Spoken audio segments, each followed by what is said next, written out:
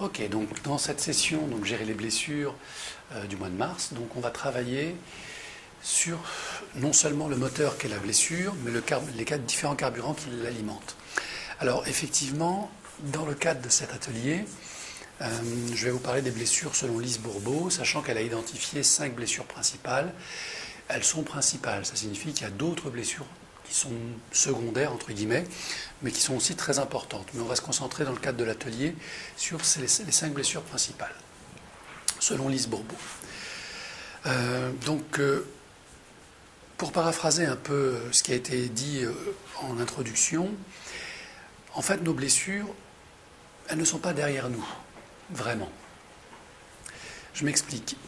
On les a construites bien souvent dans le cadre de la petite enfance, voire dans le cadre de la vie intra-utérine, donc avant même d'arriver au monde. Ces blessures, paradoxalement, elles sont cristallisées dans notre passé, mais elles ne vivent pas dans notre passé. Elles vivent dans notre présent, voire dans notre futur. Et on est un peu comme des scarabées bousiers. On pousse cette boule de merde que constituent nos blessures, et on a les mains dedans en permanence. Et ce qui est paradoxal, c'est que nos blessures sont devenues tellement importantes qu'elles ont fini par constituer le sens de notre vie. Et pire encore, on a le sentiment inconscient que si on lâche cette boule de merde, elle pourrait nous ensevelir et nous faire disparaître. C'est cette illusion-là, mentale, émotionnelle, sur laquelle on va travailler aujourd'hui, sachant que c'est une illusion active, puisqu'on a des ressentis.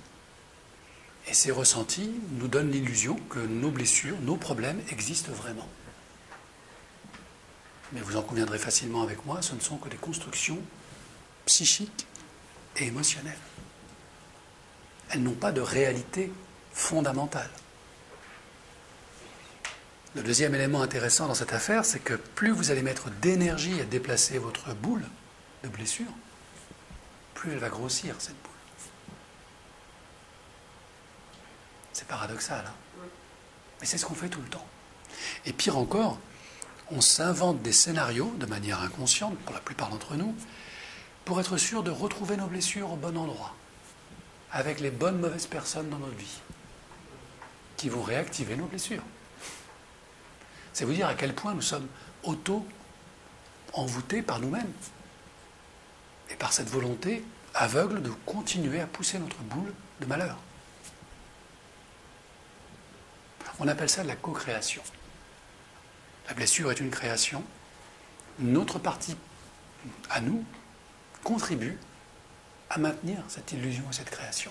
C'est donc de la co-création. Nous sommes, quelque part, artisans de notre malheur. Et la bonne nouvelle, c'est que nous pouvons arrêter de nourrir notre malheur aussi. Donc la co-création a du bon, puisqu'elle nous permet aussi, à un moment, d'arrêter de jouer, ou de souffrir, ou de faire souffrir les autres. Encore faut-il que l'on passe un certain nombre d'étapes.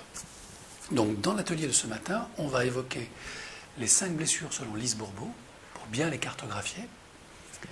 Et ensuite, on parlera du processus de deuil.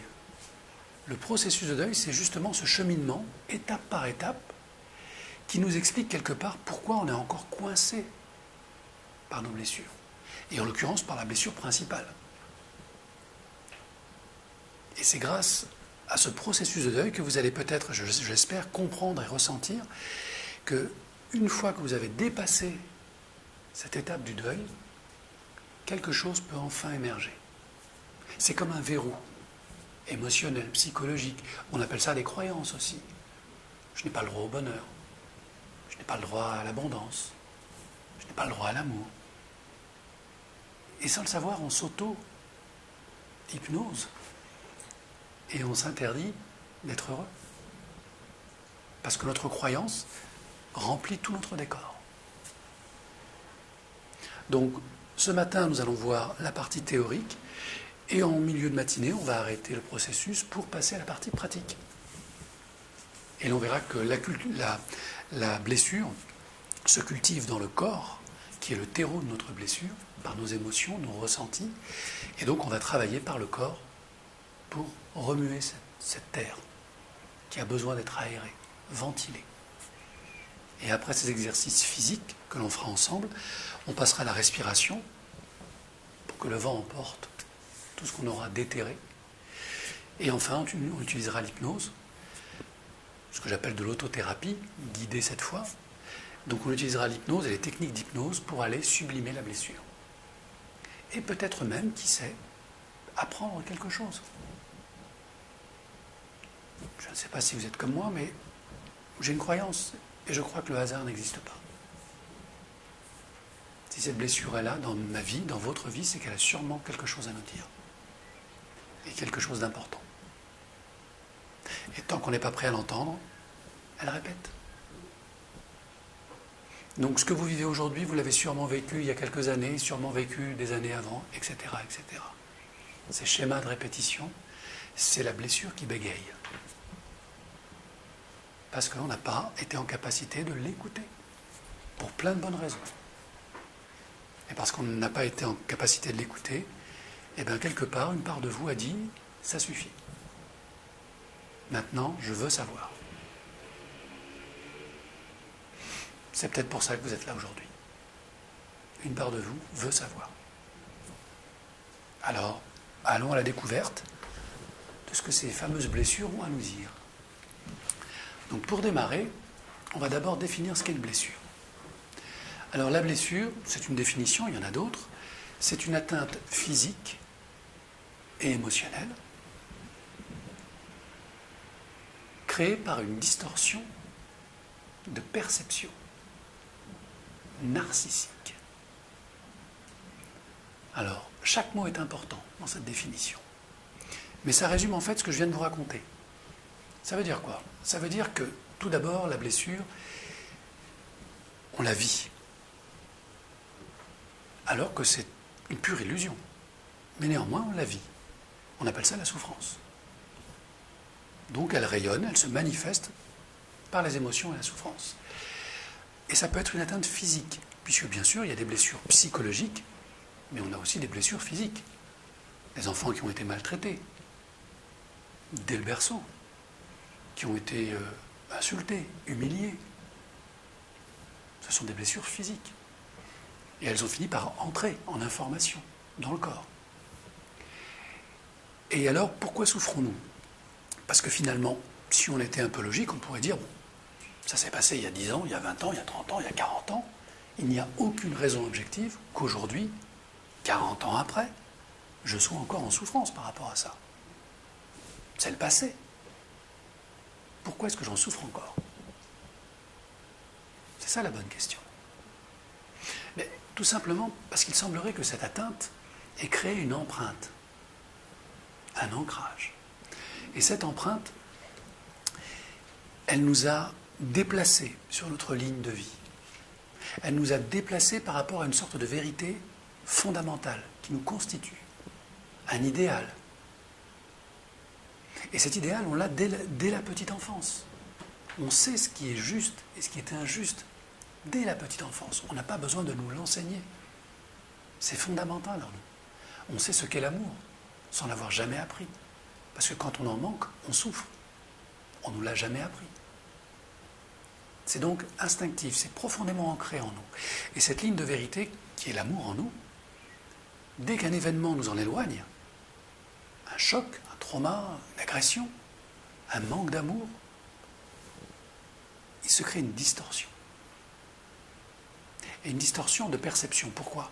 Parce qu'entre l'être souffrant que nous sommes devenus et l'être idéal, pur que nous étions, il y a une distance.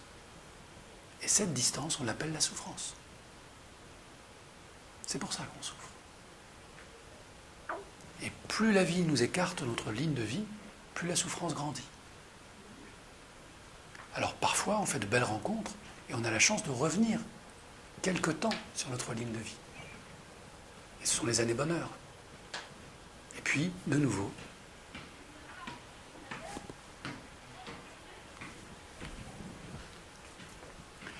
donc, ce moteur de la blessure nourrit parce que nous allons découvrir tout à l'heure dans ce que j'appelle la lessiveuse émotionnelle, n'est que le résultat d'une perception, de cette distorsion entre l'être que j'étais et l'être que je suis devenu. Et l'être que je suis devenu s'est construit, lui. Il n'est pas né comme ça. On l'appelle l'ego. C'est lui qui a les croyances, les peurs, la culture, la religion. C'est l'ego. Pas l'être idéal. Lui, quand il naît, il n'a ni religion, ni croyance, ni peur. Il est pur amour. Donc c'est bien la distorsion qui nous éloigne de ce que l'on est vraiment, perçue par qui? Par notre construction égotique, par notre ego, qui lui sait qu'il est parfait quelque part, et qu'il a le droit à l'amour, mais qui ne l'a pas. Donc dans le reflet du miroir, qu'est-ce qu'il voit, lui? Il voit sa souffrance. Et plus il se regarde, plus il souffre. Donc cette distorsion de perception narcissique, c'est l'ego qui se sait parfait dans l'amour et qui se reconnaît imparfait dans le malheur. Qui se sait parfait dans sa vérité et qui se découvre imparfait dans son mensonge.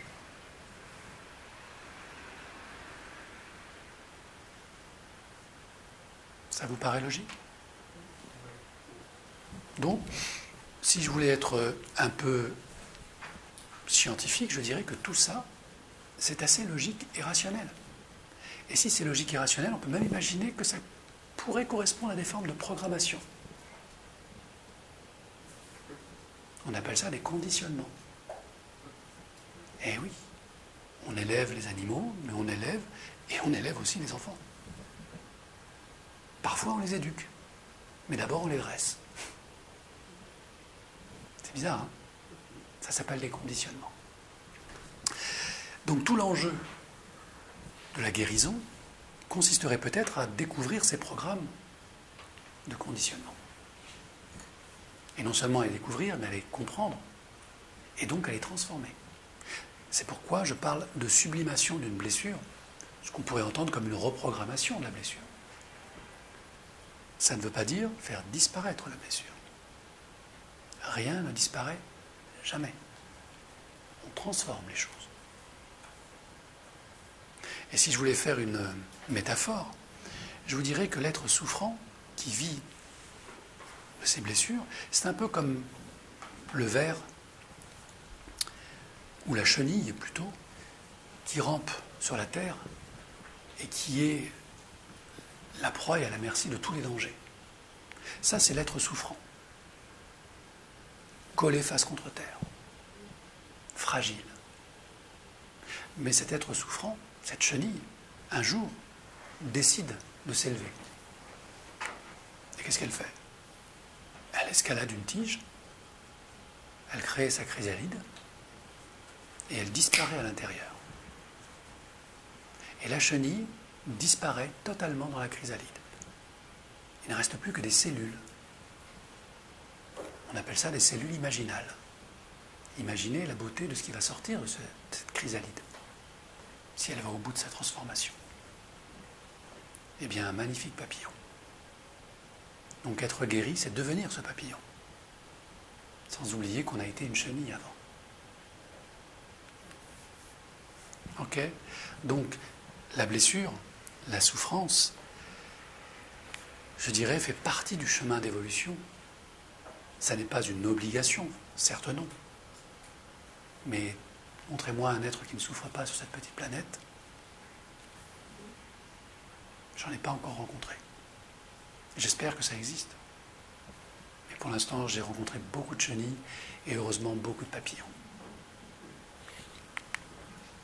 Donc Lise Bourbeau, qui a été thérapeute dans les années 90-80, s'est rendu compte que les gens venaient souvent avec les mêmes blessures majeures, principales.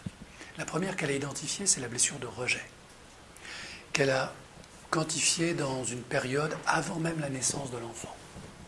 Et pour cause, elle a sûrement dû, comme moi, rencontrer des femmes qui étaient tombées enceintes, entre guillemets, malgré elles. Soit qu'elles ne l'avaient pas désiré, soit qu'elles aient été violentées, soit que les choses n'aient pas fonctionné comme elles l'espéraient, ou pas avec la bonne personne. Ça arrive aussi. Donc, très simplement, vous avez des enfants qui sont conçus dans le rejet. Et si ce n'est pas la maman qui rejette, ça peut être le compagnon. Toujours est-il que l'atmosphère de la grossesse de cet enfant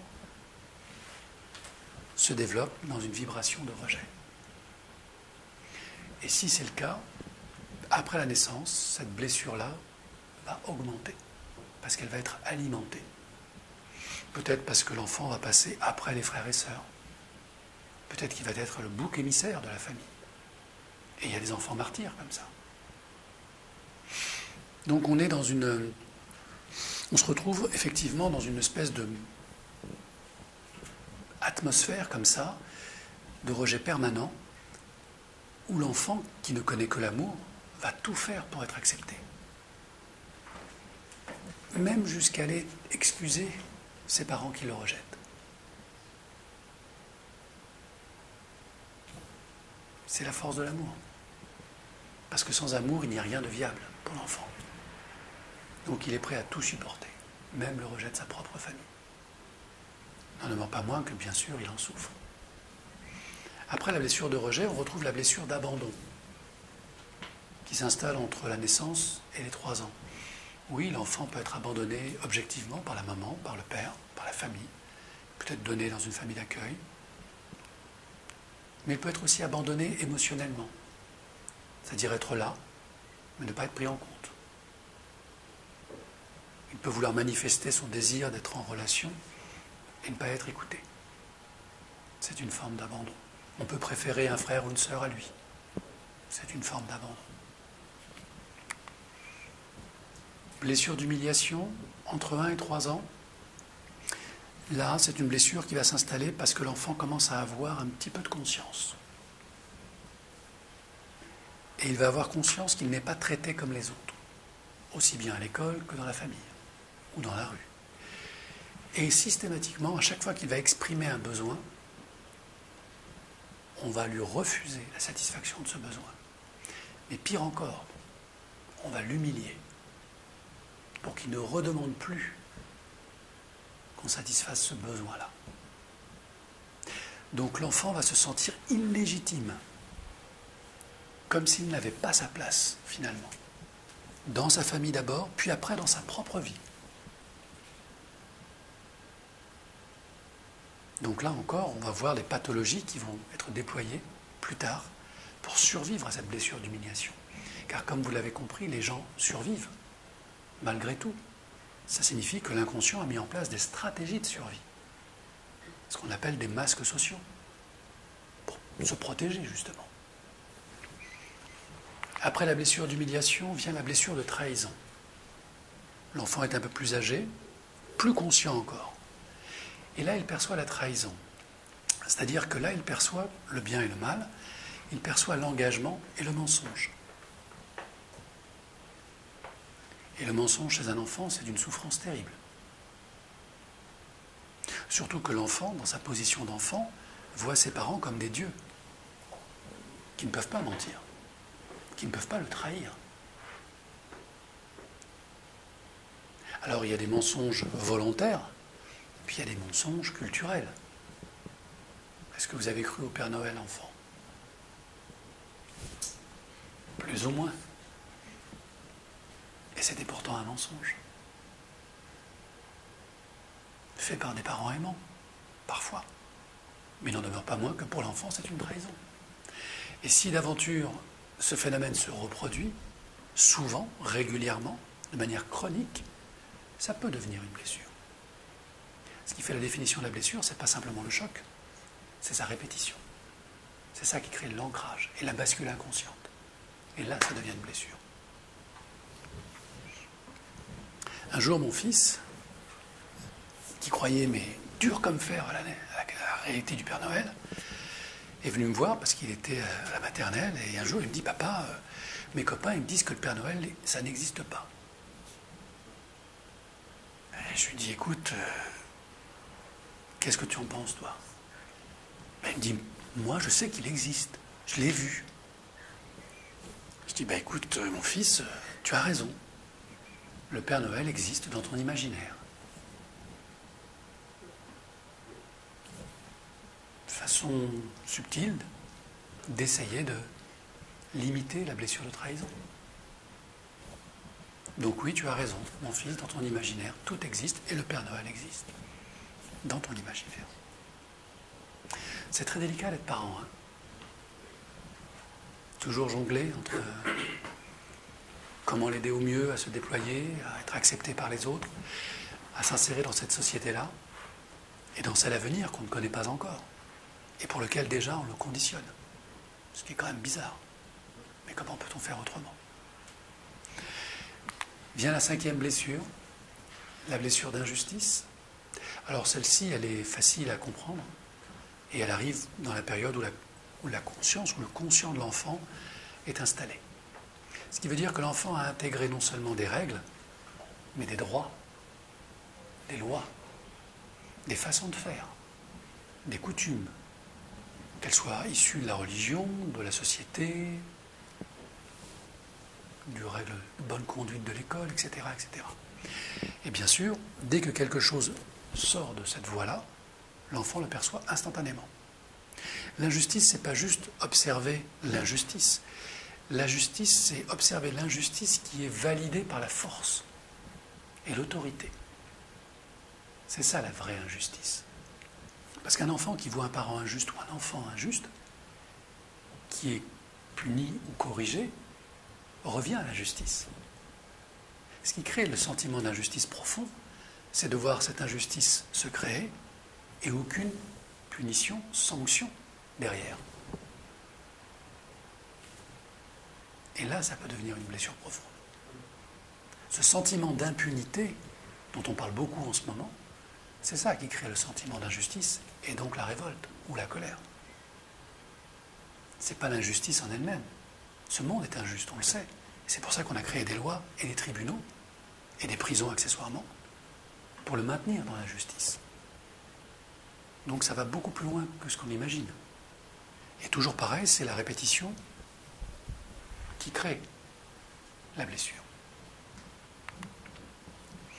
Donc si vous souhaitez aller plus loin, bien sûr, je vous invite à lire le livre de Lise Bourbeau, hein, Les 5 blessures qui empêchent d'être soi, d'être soi-même. Et c'est intéressant parce qu'elle a bien mis le doigt sur ce qui était important. Et c'est là que j'apprécie son talent, c'est qu'elle parle bien du fait des blessures, donc de l'ego, qui empêchent d'être soi-même. Rappelez-vous, cet être idéal que vous étiez à la naissance, on appelle ça le soi. L'ego, c'est le moi. Moi je, moi je, moi je, moi je, moi je, moi je. Le soi ne dit jamais ça. Le soi, il est. On l'aime ou on l'aime pas, mais il est. Pas l'ego. L'ego, il a besoin de reconnaissance. Donc c'est toujours moi je, moi je, moi je, moi je. Alors, elle a été un peu plus loin dans son analyse en proposant pour chaque blessure une correspondance physique. Elle a constaté, et je l'ai constaté aussi, que souvent, pas toujours, hein, ce n'est pas une règle absolue, la blessure et le physique vont ensemble. Eh oui. Donc là, vous pouvez observer ce qu'on appelle le physique du fuyant, qui est lié à la blessure de rejet. Quelqu'un qui a été rejeté va plutôt fuir les situations. Donc il va être en état d'alerte. Et il va se faire tout petit. Dans un groupe, une équipe, une famille, c'est toujours celui qui est à la marge. Le marginal. Qui n'est jamais vraiment intégré. Parce qu'il souffre d'un manque de confiance en lui et forcément de confiance dans les autres. Donc souvent, on a un physique qui est plutôt filiforme, plutôt fin et plutôt neutre, comme si la personne voulait disparaître. Le fuyant, je vous rappelle, c'est le reptilien, la structure de survie du cerveau. Et dans le reptilien, vous avez la fuite, la lutte ou l'inhibition, c'est-à-dire le fait de rester figé ou soumis. Et on retrouve bien sûr le reptilien dans chacune des blessures. C'est le niveau primaire de notre intellect. C'est instinctif. Vous avez la blessure de trahison avec un physique de contrôlant. Donc là, on va avoir des personnes qui vont plutôt développer une certaine force physique ou une force de présence et qui intellectuellement vont être assez dynamiques pour pouvoir contrôler leur environnement, leurs émotions et peut-être même les gens qui les entourent. Pourquoi? Parce qu'ils ont peur d'être trahis. Et que croyez-vous qu'il se passe pour eux? Ils sont toujours trahis. Car plus vous contrôlez, plus vous appelez la trahison. Contrôlez vos enfants, et vous verrez ce que vous obtiendrez. Contrôlez vos salariés, et vous verrez ce que vous obtiendrez. Le paradoxe de ces blessures, c'est qu'elles s'auto-alimentent, rappelez-vous, c'est de la co-création. J'ai une blessure, je crée un masque, et mon masque crée les conditions qui alimentent de nouveau ma blessure. Une personne qui a une blessure de rejet est plutôt fuyante. Vous allez avoir envie de l'intégrer chez vous? Certes non.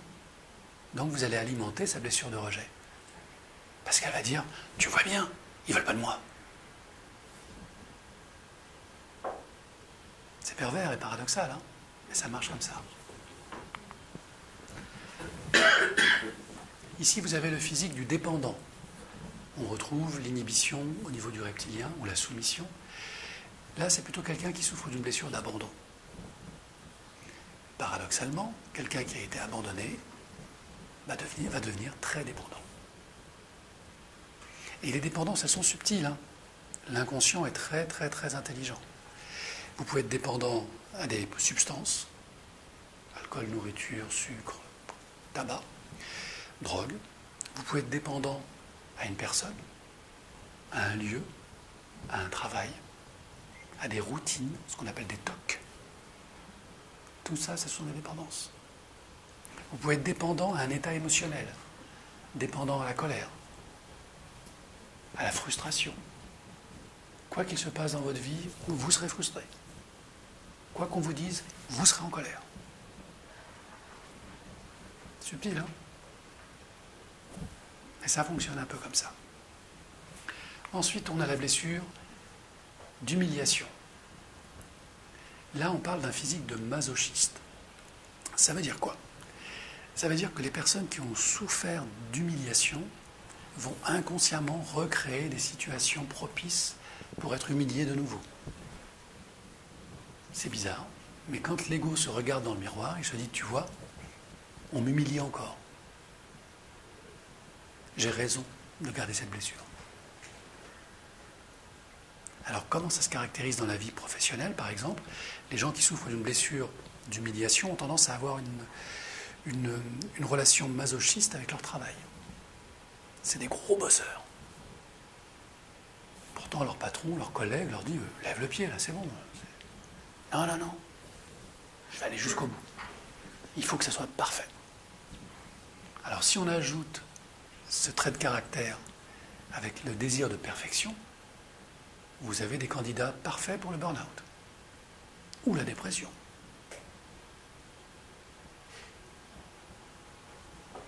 Et bien sûr, comme le dit Lise Bourbeau à très juste titre, vous pouvez cumuler plusieurs blessures.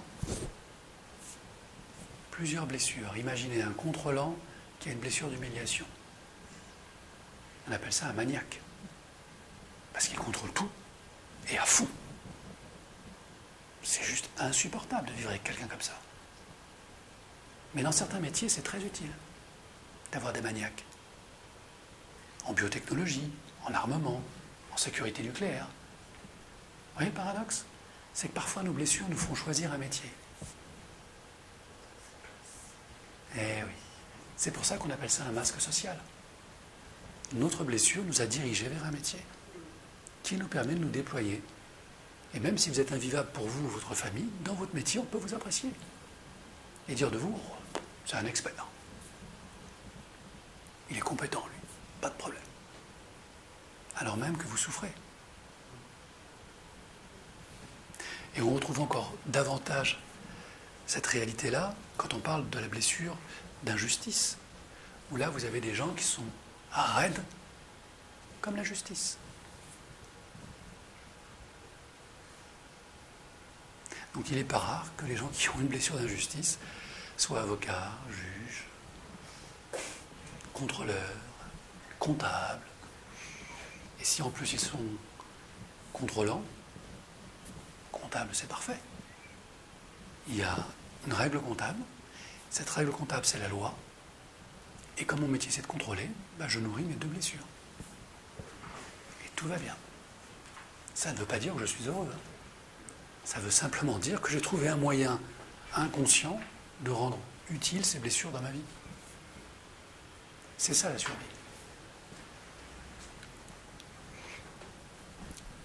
Maintenant que je vous ai dit tout ça, réfléchissez quelques secondes à votre vie personnelle, aux gens qui vous entourent, dans votre famille, au travail. Observez les physiques.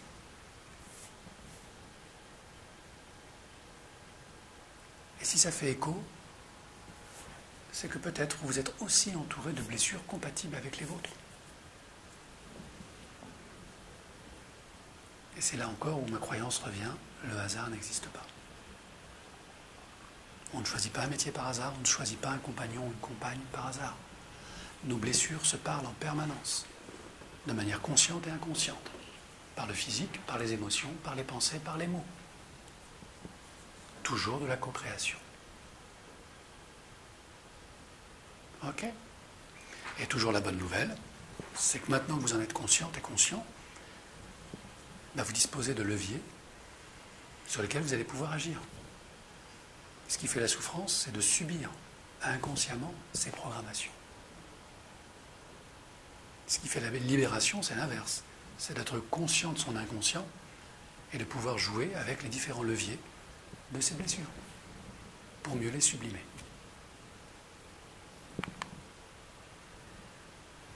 Je vous ai parlé du moteur de la blessure. Un moteur sans carburant, ça ne sert à rien. Tout à l'heure, on a évoqué la peur. Je pense qu'on peut même le mettre au pluriel. Parce qu'effectivement, notre blessure, elle a besoin d'être alimentée.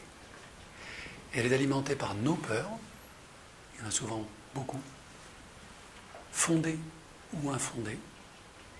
Lorsqu'elles sont infondées et récurrentes, on appelle ça de l'anxiété. Quand elles sont infondées et récurrentes et, je dirais, omniprésentes, on appelle ça de l'anxiété d'anticipation. C'est-à-dire que le fait ne s'est même pas produit, qu'on imagine déjà que ça va être la catastrophe.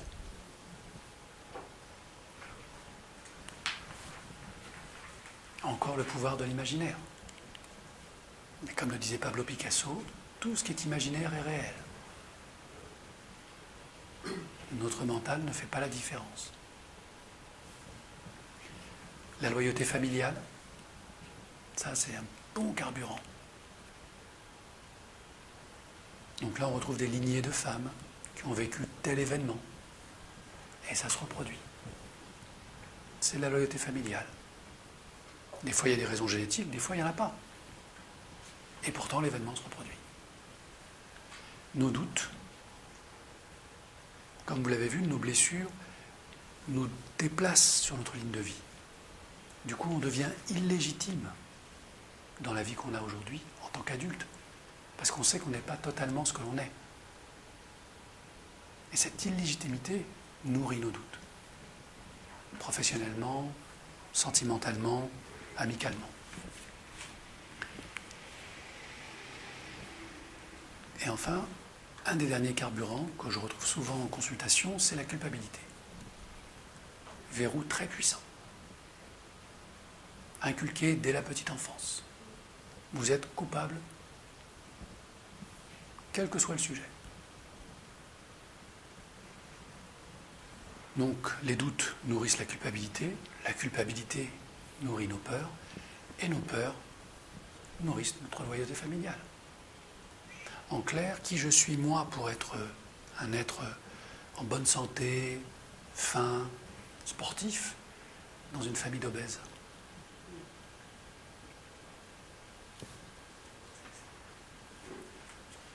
C'est perturbant, hein? Qui je suis, et j'ai eu le cas il n'y a pas longtemps, pour être intelligent, éveillé, intellectuellement vraiment en avance sur mon âge, et vivre dans une famille de gens incultes qui détestent lire. C'est terrible. Et la personne que j'ai reçue, elle en souffre depuis 30 ans. Elle n'a jamais osé ouvrir un livre chez elle, parce que la seule fois où elle l'a fait, parce qu'elle était à l'école, elle s'est fait frapper. Donc il lisait en cachette. Et loin de la cité, si possible. Donc qui je suis pour être brillant et lumineux dans une famille où on cultive l'échec, la brutalité, la violence, la colère? C'est compliqué, hein? Et on retrouve la loyauté familiale. Donc ce jeune homme est devenu idiot pour survivre, alors qu'il ne l'est pas.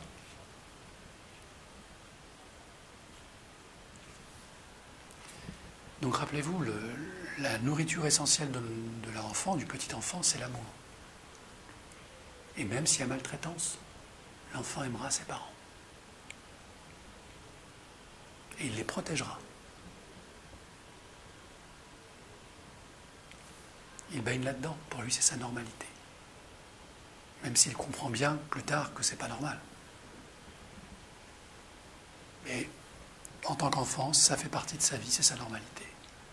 Et si les frères et sœurs sont traités de la même manière, pourquoi se poser des questions? Donc tout ça s'imprime en nous, se cristallise. Et tout ce processus, comme je vous l'ai expliqué tout à l'heure, est lié au processus de deuil. Ça veut dire quoi? Ça veut dire que la blessure est quelque chose qui nous alerte. C'est comme un signal d'alarme, quand on en prend conscience. Parce qu'on peut vivre toute une vie sans être conscient de ses blessures. Ça arrive aussi. Souvent, les gens qui nous connaissent, nos amis, nous alertent sur notre blessure. Et nous disent, hé, attention là, ce que tu dis, ce que tu fais, ça ne va pas. T'es un peu parano, t'es un peu ceci, t'es un peu sensible. C'est une façon de nous alerter sur nos blessures. Mais ce que les gens qui nous aiment font sans le savoir, c'est qu'ils nous alertent surtout sur le processus de deuil. Pour nous dire, hé, t'es encore coincé là-dessus. Ils nous disent, tu es en boucle. Ça veut bien dire ce que ça veut dire. Je suis coincé sur une des étapes de mon processus de deuil. Familial, personnel, sentimental. Donc c'est quoi le processus de deuil?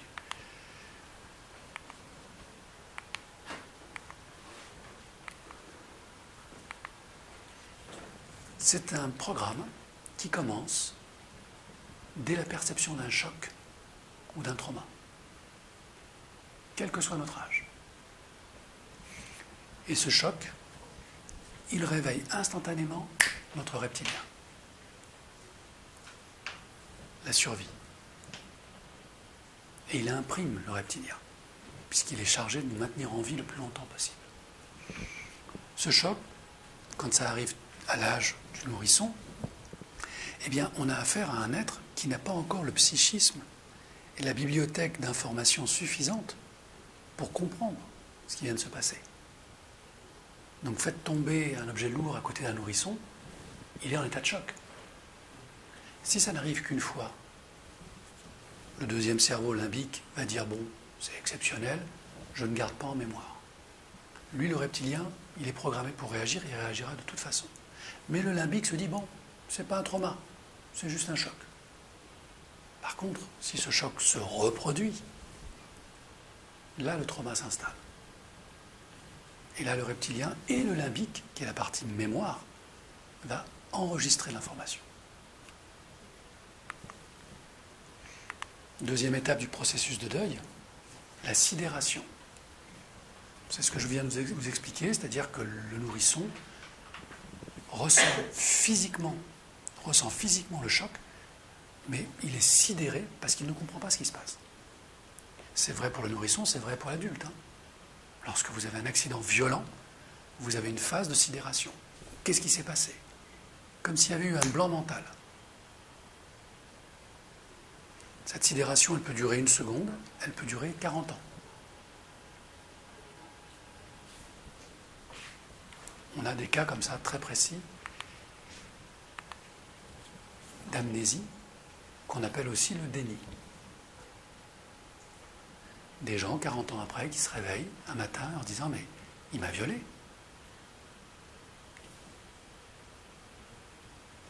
Il a tué devant moi cette personne. 40 ans après. Notre système cérébral est conçu pour maintenir la survie.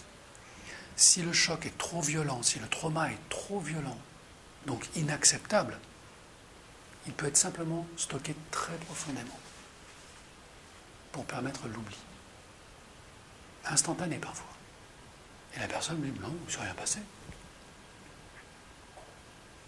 On a eu le cas comme ça, je lisais une rubrique comme ça sur les gendarmes qui intervenaient sur les routes, et on a le cas comme ça d'un gendarme qui expliquait qu'il avait récupéré un gamin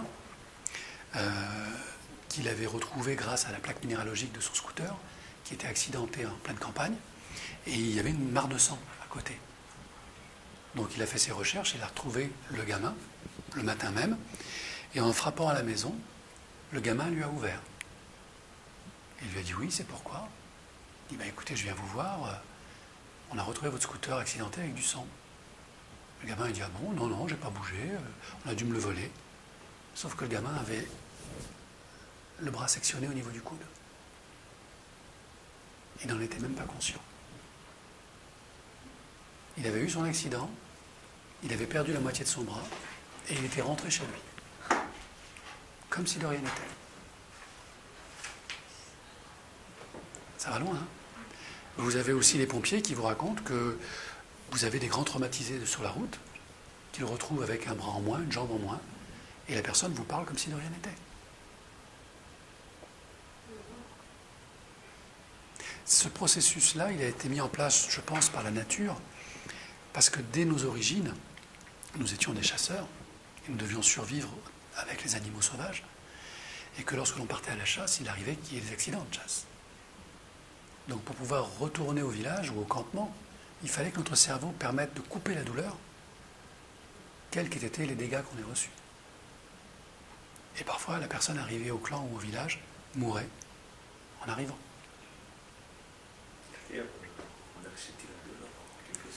On a coupé la sensation de douleur et on a même permis au mental d'ignorer la blessure.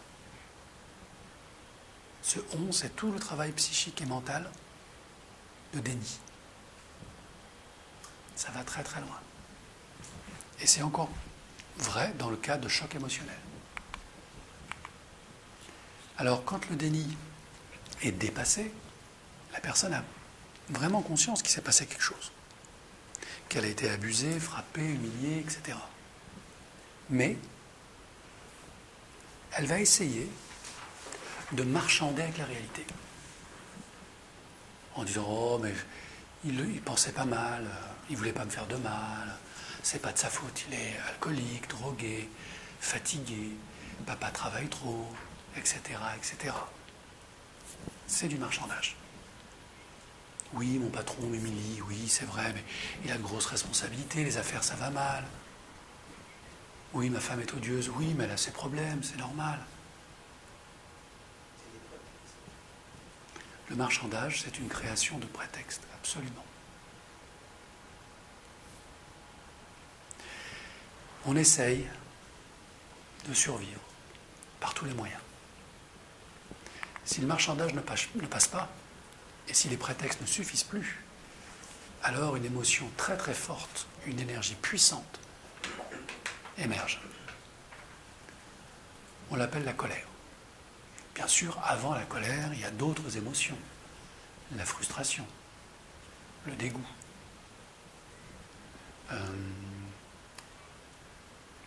Qu'est-ce qu'on pourrait trouver encore? Frustration, dégoût, désillusion. Tout ça. Et puis à un moment, c'est comme un volcan. La colère apparaît. Alors la colère, elle peut être externe ou interne. Externe, on se met à hurler, à se mettre en lutte, à riposter, à insulter. Ok. On a libéré l'énergie. On peut espérer aller un peu mieux après. Ce qui n'est pas toujours le cas, puisqu'il y a toujours le verrou de culpabilité. Mais au moins l'énergie est sortie. Ensuite, il y a la colère rentrée.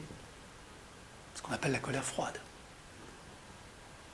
Donc vous avez des personnes qui sont peut-être dans une blessure masochiste, qui vont retourner la colère contre eux. Et là, vous avez toutes les pathologies de la colère rentrée. Beaucoup de cancers, beaucoup de dépression, beaucoup de maux divers et variés. Sciatique, maux de dos, maux de hanche, arthrite, arthrose, etc. Et ce n'est pas forcément une question d'âge. Toutes ces maladies, on peut les avoir à 30 ans, à 20 ans, à 10 ans. C'est de la colère rentrée. Donc voici les 5 premières étapes, qui sont des étapes, je dirais, principalement inconscientes, jusqu'à la colère. La colère, ça marque la frontière. Et on va passer à la 6e étape, où là, la personne prend vraiment conscience que non seulement il y a eu cette blessure, cet abus, mais que ce n'est pas juste, et qu'il n'y a aucune raison qu'elle soit dans cette souffrance. Mais n'est pas encore en mode solution. Pour l'instant, elle constate, et elle en souffre. Mais paradoxalement, la tristesse, la dépression, c'est le premier palier du chemin de guérison. Il faut parfois toucher les 36e dessous pour se relever. C'est cette étape-là. Quand on est arrivé au bout de sa souffrance, qu'on n'a plus de larmes à verser, c'est le bon moment pour redémarrer.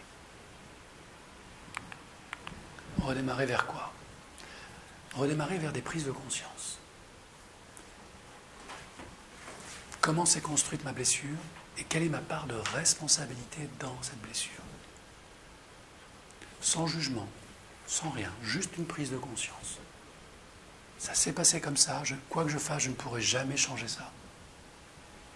Et en même temps, je ne suis pas obligé d'être la victime expiatoire toute ma vie de ça. C'est une prise de conscience. Même si j'ai été mal aimé, battu, abusé, j'ai le droit d'être heureux. J'ai le droit d'avoir ma place. Ça pourrait être ça, une prise de conscience. Et comme vous le voyez, quelque chose se scinde. L'ego est déchiré et le soi émerge. Enfin, une part de nous profonde va enfin s'exprimer. Mais pour qu'elle s'exprime totalement, il va nous falloir accepter les faits, la réalité vécue. Et c'est seulement après qu'on peut espérer pardonner. Je rencontre beaucoup de clients qui me disent « Oh, j'ai pardonné à mon père, ma mère, mon patron, mon ex. » Certes, comment vous y êtes-vous pris pour pardonner? « Oh, j'ai tourné la page, je suis passé à autre chose. » Et aujourd'hui, est-ce que vous êtes heureuse? Non, si je suis là, c'est que je ne suis pas heureuse. Donc il y a bien eu un pardon, mais un pardon intellectuel, mental, pour pouvoir continuer à avancer. C'est toujours de la survie. Le pardon dont je constate qu'il fonctionne le mieux, c'est le pardon du cœur. Celui-là, il est puissant. Parce que quelque chose a été transmis. Le cœur a compris quelque chose. De soi et des autres. Et la personne a grandi. Émotionnellement, intellectuellement, et on pourrait même dire spirituellement. Si on veut aller au bout du raisonnement. Et c'est seulement après le pardon du cœur, me semble-t-il, que le deuil s'achève vraiment.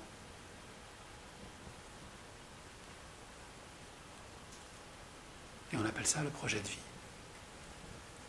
Le fait de se relancer, d'être enfin en action, non pas parce qu'on a déterminé des objectifs mentaux, mais parce que notre cœur nous propulse vers une autre vie, un autre chemin. Et ça vous donne des gens qui, du jour au lendemain, quittent leur foyer, quittent leur entreprise, quittent leur pays, parce que leur cœur leur a parlé. Sans regret, sans remords, sans culpabilité. Tout ça, c'est derrière. Ces gens-là ont peut-être perçu, compris, ressenti que finalement leur vie leur appartient. Et qu'elle est courte. Et qu'ils ont déjà beaucoup donné aux autres. Cet élan de vie, il se manifeste souvent vers les 35-40 ans. Puis il y a encore un petit rappel vers les 50. Ce qu'on appelle le mi-temps de vie, c'est ce moment où la personne s'est reconnectée à son soi profond. Et où elle a vraiment envie de vivre sa vie, pleinement. Et si elle fait des erreurs, tant pis, ou tant mieux. Elle est passée à une autre étape de sa vie. Donc guérir de ces blessures pourrait signifier, je termine chaque processus de deuil pour chacune de mes blessures. Car si je ne le fais pas, ma blessure me rappellera qu'il faut que je termine mon processus de deuil. Donc si je suis coincé dans la tristesse, la colère, le déni, le choc, c'est que je ne suis pas encore sorti de ma blessure. Même si j'en ai de l'illusion. Oh, mais ça c'est du passé. J'ai fait le deuil. On entend souvent cette phrase. J'ai fait le deuil. Peut-être. Mais est-ce que vous avez fait le deuil de la personne qui a souffert? De cette part de vous qui a souffert? Parce que ça aussi, il va falloir le lâcher. C'est-à-dire arrêter de se juger. S'aimer tel que l'on est. Pour ce que l'on est. En se rappelant que tout ce qu'on a fait, de bien ou de moins bien, on l'a fait sincèrement. En fonction du niveau de conscience que l'on avait à 15 ans, 20 ans, 30 ans, 40 ans. Pourquoi nous juger? C'est rajouter du malheur au malheur.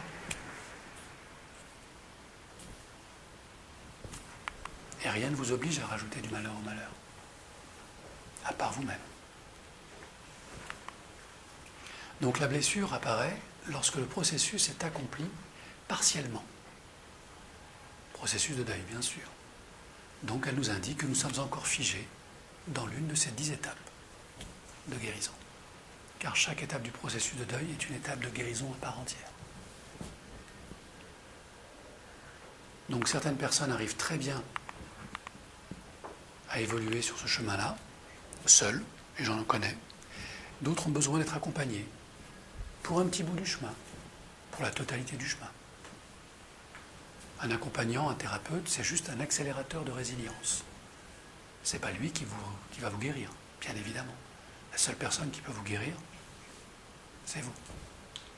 Mais il peut être vraiment une valeur ajoutée sur votre chemin de guérison, en vous permettant de prendre conscience de certaines choses, de travailler objectivement par l'hypnose, la sophrologie, la PNL, la méditation, le yoga, que sais-je, l'écriture thérapeutique, le dessin thérapeutique, le chant thérapeutique. Ce ne sont pas les techniques qui manquent, hein. C'est la motivation. Donc, j'ai envie de dire, la vie est bien faite, du moins c'est ce que je crois, c'est ma deuxième croyance. Quand vous êtes prêt, elle vous emmène au bon endroit, vers la bonne personne. C'est ce que je constate aussi. Donc, si vous n'avez pas encore trouvé le chemin de la sortie pour vous, c'est peut-être que le moment n'est pas encore totalement venu. Par contre, si la porte est là, foncez.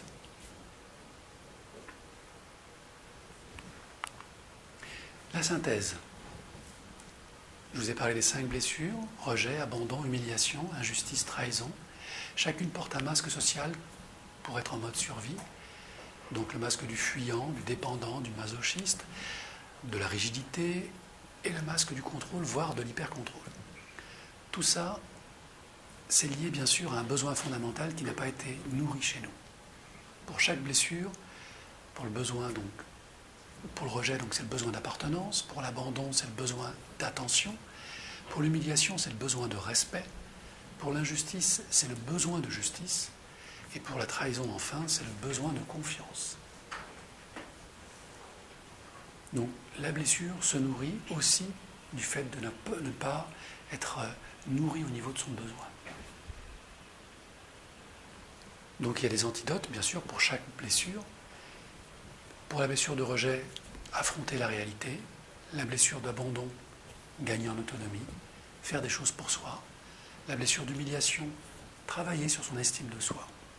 Se rendre compte qu'on a du talent, on a de la valeur, et qu'on sait faire des choses. Et qu'on s'est peut-être interdit de les faire. Parce que trop souvent, on a entendu « tu es nul, tu n'y arriveras pas, qui t'es pour faire ça, etc. etc. » L'injustice, gagner en flexibilité. Oui, ce monde est injuste. Et alors? Avoir une vie de misère, ça va aider ce monde à devenir juste, pensez-vous? Soyez juste dans votre vie à vous, et vous contribuerez à la justice du monde. Trahison? Oui, la trahison existe. Mais la pire des trahisons, ne serait-elle pas de se trahir soi-même? Alors, arrêtez de vous trahir. Respectez-vous. Lâchez prise. Il y a des choses que vous pouvez maîtriser, d'autres non. Si on applique ces antidotes, on gagne en liberté, en espace de vie, en confort physique, mental, émotionnel. On dort mieux, la santé est meilleure. Tout ça, c'est lié. Donc, bien sûr, ce sont des propositions, comme des panneaux d'indication sur une route, que vous connaissez peut-être déjà, que vous avez peut-être déjà expérimenté. Ce que l'on va faire ce matin, c'est qu'on va aller les installer ou les réinstaller ou les réactiver au niveau inconscient. Car comme vous l'avez compris, les racines de votre blessure sont très profondément installées dans votre inconscient, parfois même avant votre naissance. Et la plus grande intelligence du monde ne peut aller corriger l'inconscient. Le mental n'y a pas accès. Seul votre esprit, seul votre esprit et votre conscience vous permet d'aller jusqu'au fond. Voilà pour la synthèse. Donc nous allons travailler ensemble dans l'atelier à sublimer la blessure. Donc pour ce faire, nous allons faire des exercices que vous voyez là. Et ensuite, je vous ferai donc un pilotage, une séance d'hypnose, pour aller effectivement rencontrer les racines ou les origines de votre blessure, sachant que au niveau de votre inconscient, l'information est stockée de manière symbolique. Ça veut dire que vous ne retrouverez pas forcément un souvenir, puisque la blessure peut être liée à une période avant que votre conscient ne soit installé. Mais néanmoins, votre inconscient va vous donner un symbole, un paysage, des couleurs, une sensation, une image, un personnage, je ne sais pas. Ce qui est sûr, c'est que ce symbole est un concentré d'informations. Et dans ce concentré d'informations, il y a tout ce que vous ne pouvez pas atteindre. Vous traitez le symbole, vous traitez toute la chaîne de malheur qui a constitué votre blessure. C'est comme ça que ça marche. Et en cadeau, on peut même obtenir une information consciente. Le message de la blessure. En cadeau. Je ne dis pas que ça marche à tous les coups, mais parfois ça marche très bien. Et parfois c'est très rapide. Ça peut être maintenant ou dans quelques heures. Mais l'inconscient parle tout le temps. Puisque je sens motivé, on va passer à la phase pratique. Ok ? Merci.